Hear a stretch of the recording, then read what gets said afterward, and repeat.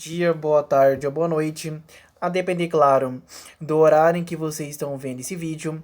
Então, dando continuidade à correção da última prova do exame de suficiência, especificamente sobre o tema NBC-TG 01R4, que é redução ao valor recuperável de ativos. Vamos corrigir aqui a questão 42 da prova branca do último exame de suficiência. Vamos ao enunciado. Determinada empresa, atuante do ramo de fabricação de telhas de zinco, adquiriu uma máquina de corte nova em 31/7/2021, pagando por ela o valor de 95 mil, mais custos de preparação do local de 5 mil. Em 1/8/2021, a máquina foi colocada em operação e a taxa de depreciação estipulada foi de 12% ao ano. Ocorre que, em dezembro, as instalações da fábrica foram atingidas por uma forte chuva de verão, ocasionando um alagamento no setor de corte e provocando danos elétricos na referida máquina, reduzindo assim sua capacidade de produção. Após consultas a especialistas, o valor recuperável, ou seja, o examinador, ele já dá para você o valor recuperável, que é o maior valor entre o valor justo líquido da despesa de venda e o valor em uso, foi estimado em 87 mil. Aí, diante da situação descrita e com base na NBC-TG01, assinale a alternativa correta. Aqui ele me apresenta as alternativas a serem assinaladas. Então vamos para a resolução dessa questão. O primeiro ponto que vocês devem saber, que devem, na verdade, ter em mente, é o seguinte: o que é considerado como custo de um item do ativo imobilizado? Tá. A NBC-TG 27 R4, que mostra o tratamento contábil do ativo imobilizado, ela apresenta lá no seu item 16 o seguinte: o custo de um item do ativo imobilizado, ele compreende, letra A, seu, só um instantinho, seu preço de aquisição, acrescido de impostos de importação e impostos não recuperáveis sobre a compra, depois de deduzidos os descontos comerciais e abatimentos sobre compras. Então, de acordo com o item A da NBC-TG 27, o preço de um item do ativo imobilizado, ele compreende o preço de aquisição, ou seja, o preço que foi estipulado pelo fornecedor, acrescido de impostos de importação e de impostos não recuperáveis, depois de deduzidos os descontos comerciais e abatimentos. Item B, quaisquer custos diretamente atribuíveis para colocar o ativo no local e condição necessárias para o mesmo ser capaz de funcionar da forma pretendida pela administração. Ou seja, qualquer custo diretamente atribuível àquele ativo imobilizado para fazê-lo funcionar da forma pretendida pela administração da organização. E letra C, a estimativa inicial dos custos de desmontagem e remoção do item e de restauração do local onde o item está instalado, sítio no qual está localizado. Tais custos representam a obrigação em que a entidade incorre quando o item é adquirido ou como consequência de usá-lo durante determinado período para finalidades diferentes da produção de estoque durante este período. Então, ou seja, a empresa ela fez lá a aquisição de um imobilizado que ele será utilizado por um curto período de tempo, 6 meses ou um ano, e após essa utilização, a empresa ela tem que remover aquele ativo imobilizado do local de produção, porque não vai ter mais finalidade para a produção. Então, os custos de remoção desse ativo imobilizado, de remoção, de desmontagem, de restauração do local, também são incluídos especificamente nesse ativo imobilizado. Aí, no item 17, a norma ela complementa. Exemplos de custos diretamente atribuíveis são. Vamos lá. Só um segundinho.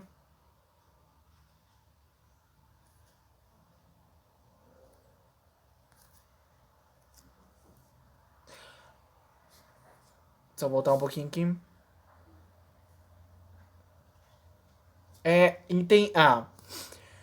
Custos, de benefícios aos empregados, tal como os definidos na NBC-TG 33, benefícios empregados, decorrentes diretamente da construção ou da aquisição do item do ativo imobilizado.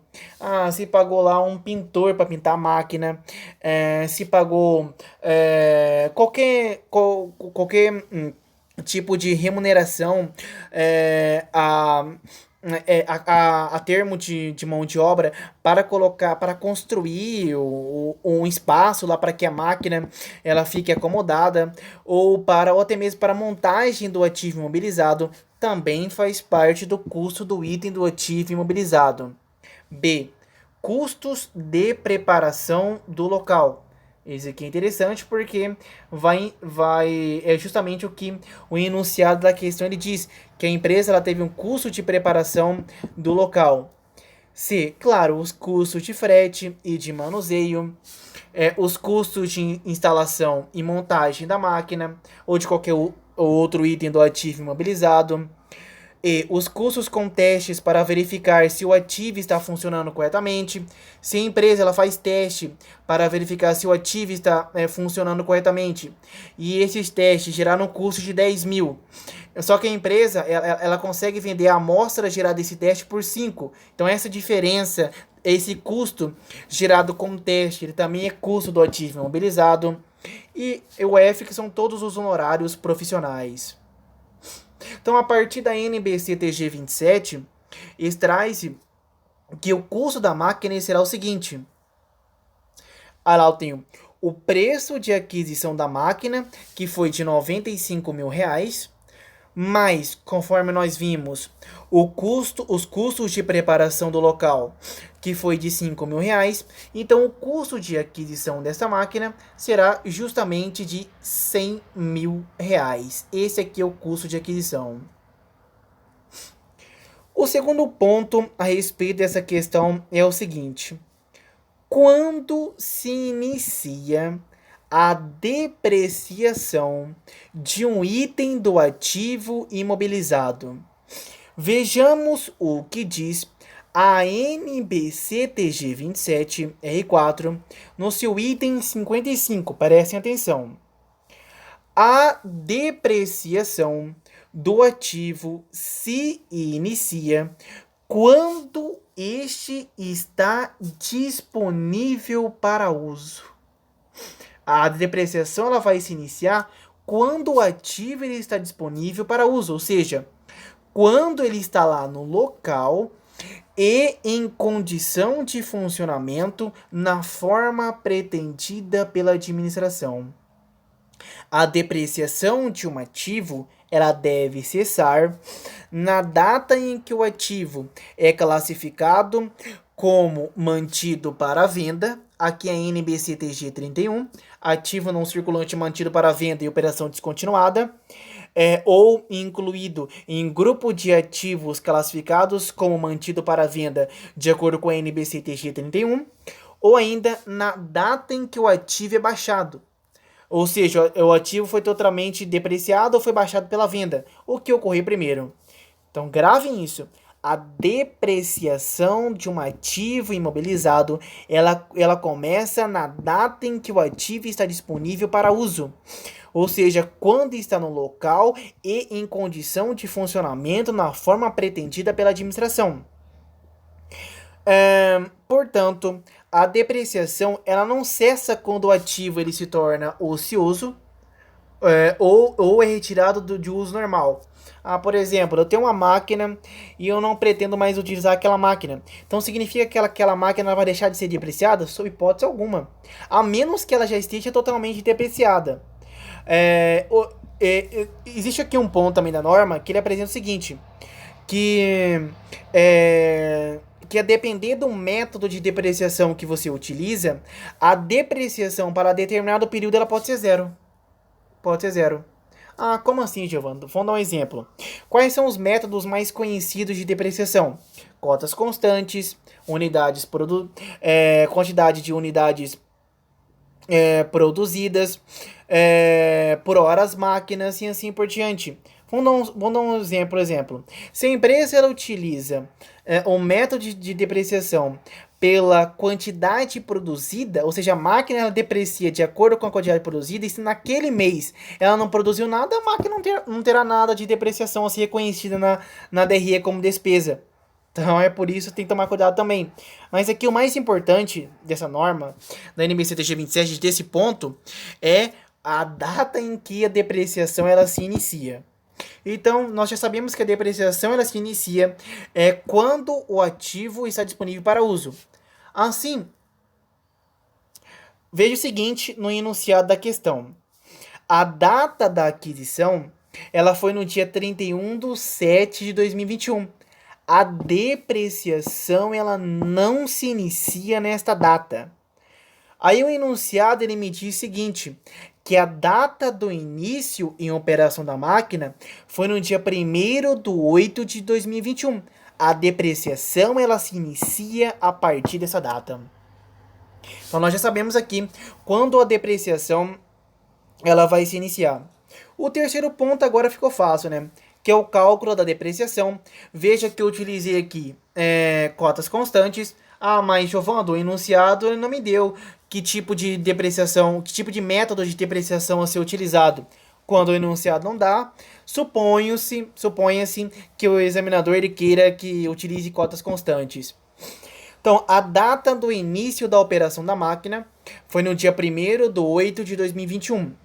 A data final do exercício de 2021 é no dia 31/12 de 2021. Então, ou tem um tempo transcorrido aqui de 5 meses no ano de 2021. Vamos calcular aqui a depreciação acumulada no ano de 2021. 100 mil vezes a taxa de depreciação, que é 12%. Eu tenho 12 mil por ano, fazendo a multiplicação ali, dividido por 12, que é a quantidade de meses. Eu tenho R$1.000 por mês, que multiplico por 5, que é o tempo transcorrido, que eu tenho R$5.000 de depreciação acumulada no ano de 2021. Agora que nós já sabemos a depreciação acumulada no ano de 2021, o quarto ponto é justamente a determinação do valor contábil da máquina na data da realização do teste, em 31 de dezembro de 2021. Vamos ver aqui. Eu tenho lá um custo de aquisição de 100 mil, menos a depreciação acumulada de 5 mil. Então, o valor contábil líquido da máquina na data da realização do teste é de 95 mil. E o quinto passo será justamente a aplicação do teste impairment, redução ao valor recuperável de ativos, lá no fim do exercício. Então veja que o enunciado ele já me deu o valor recuperável da máquina, que é de 87 mil. E o valor contábil que está registrado no meu ativo imobilizado, que é 95 mil. Então a perda por redução ao valor recuperável vai ser de 8 mil. Eu já expliquei isso em outra aula, que como o valor contábil da máquina ele é maior do que o valor recuperável, eu tenho que reconhecer uma perda da diferença entre esses dois valores. 95 mil menos 87 mil, eu tenho uma perda por redução ao valor recuperável no valor de 8 mil. Por quê? Porque eu tenho um ativo registrado por 95 mil, mas só que na venda ou no uso dele eu só posso recuperar 87 mil. Ou seja, automaticamente a empresa ela tem uma perda nesse ativo no valor de 8 mil. Aí o sexto passo é fazer justamente a contabilização da perda. Eu acredito perda por ajuste, perda ou ajuste por valor recuperável no ativo não circulante, no imobilizado, no valor de 8 mil. Ao creditar o ativo não circulante, eu estou reduzindo. E eu debito justamente uma despesa de perda por redução ao valor recuperável na DRE, também no valor de 8 mil. Ou seja, eu estou reduzindo aqui também a minha DRE, reconhecendo a despesa. Após os passos anteriores, o sétimo passo é justamente fazer a comparação entre o valor recuperável. Na verdade, o sétimo passo é justamente fazer a nova contabilização. Veja o seguinte: eu tenho um custo de aquisição de 100 mil, menos a depreciação acumulada que nós calculamos de 5 mil, menos a perda por redução ao valor recuperável no valor de 8 mil, eu tenho um valor contábil líquido que 87 mil, que é o meu valor recuperável. Veja que já resolvemos o exercício. Agora vamos para a análise das alternativas. A primeira: ao final do exercício, é suficiente que o contador divulgue o fato em notas explicativas às demonstrações contábeis? Sob hipótese alguma. Aqui não existe. Por que não existe?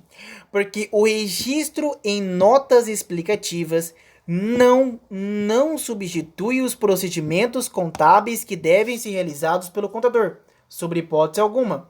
O registro em nota explicativa é apenas algo complementar, como por exemplo, a especificação do método de depreciação a ser utilizada e entre outros elementos que são previstos na Lei das SAs e justamente na NBC-TX 26, que é a apresentação das demonstrações contábeis. Assim, essa alternativa está completamente equivocada. Alternativa B: ao final do exercício, após o reconhecimento da depreciação mensal, será necessária proceder à contabilização de ajuste ao valor recuperável do ativo no valor de 8 mil, perfeito, conforme nós já vimos, e o referido ativo estará reconhecido no balanço patrimonial por 87 mil? Sim, essa é a alternativa correta. Porque o valor do ajuste da perda, conforme nós vimos, a ser contabilizado no ativo, ele será de 8 mil. E o valor contábil do ativo, ele será de 87 mil. A letra C: ao final do exercício, após o reconhecimento da depreciação mensal, será necessário proceder a contabilização de ajuste ao valor recuperável do ativo no valor de 3.250? Não, aqui está errado. Não existe. Então essa alternativa aqui já está errada. Ao final do exercício, após o reconhecimento da depreciação mensal, será necessário proceder à contabilização de ajuste ao valor recuperável no ativo no valor de 8 mil? Sim. E o referido ativo estará reconhecido no balanço patrimonial por 90.250? Não existe. Está errado, é por 87 mil. Então essa daqui também está errada. A única certa é a letra B. E obrigado a todos e até uma próxima oportunidade.